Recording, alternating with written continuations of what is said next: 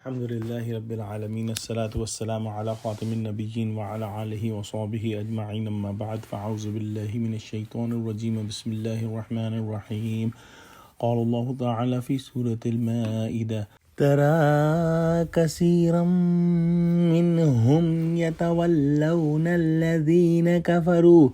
لبئس ما قدمت لهم أنفسهم أن سخط الله عليهم وفي العذاب هم خالدون. Translation: You can see many of them becoming friends of disbelievers, pagans. Indeed, wretched is that what they have sent forward for themselves and for their souls, that Allah has become angry with them and they have to live in punishment forever. In the next, Allah subhanahu wa ta'ala says, وَلَوْ كَانُوا يؤمنون بالله والنبي وما أنزل إليه ما اتخذوهم أولياء ولكن كثيرا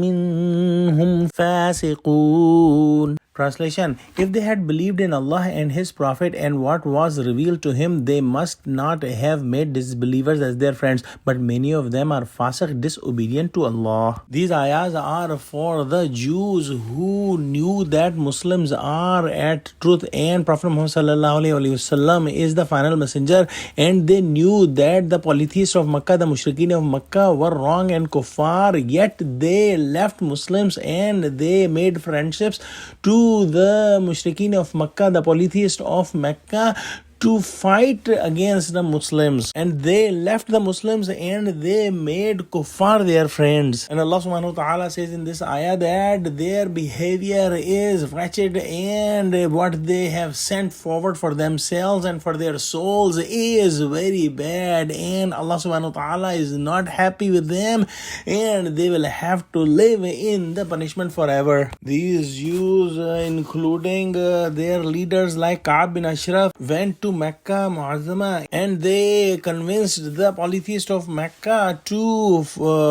do a war against Prophet Muhammad ﷺ and Muslims, and as explained before, they knew that Muslims and Prophet Muhammad ﷺ were at the truth because there were predictions of Prophet Muhammad ﷺ and the final messenger in their book of Torah, but yet they tried to work against the Muslims and they earned the wrath of Allah subhanahu wa ta'ala in doing so. So they did not believe in the prophets and in the books that Allah subhanahu wa ta'ala sent. The scholars have said that the word Nabi here is for Hazrat Musa alayhi salam, and some scholars says that the word Nabi here is for Prophet Muhammad sallallahu alayhi wa sallam. If it was for Musa alayhi salam, it would mean that they did not believe in Musa alayhi salam and the book that was revealed to Musa alayhi salam, that was Torah, because there were clear predictions of Prophet Muhammad sallallahu alaihi wasallam in that book, and they left those predictions and they did not accept the final messenger which was predicted in their own book and which was predicted by their own messenger Musa alaihi salam. The other group of scholars say that here the word Nabi is for Prophet Muhammad sallallahu alaihi wasallam and the